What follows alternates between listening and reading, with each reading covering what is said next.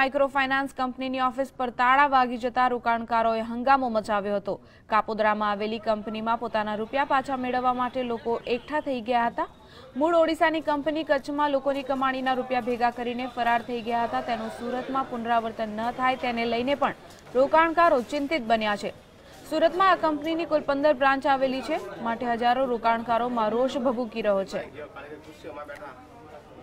आमां फसाया तो बहुत जाजा लोकोना छे, लगभग अर्धा सूरत में 50% लोकोने लई लीधा छे। बहुत मोटे पाये उठामणुं करेलुं छे। अने पेला डेली कलेक्शन लेता पछी डेली कलेक्शन लेवा माटे आ बंध थई गया आवता पेला, एटले अमने डाउट गयो कि आ कंपनी उठवानी छे। तो ऑफिसे जता पण ऑफिसे एवुं कहेता कि 16-17 तारीख में पैसा मळी जाए। 16-17 तारीख ने बधाने ए ज तारीख आपेली।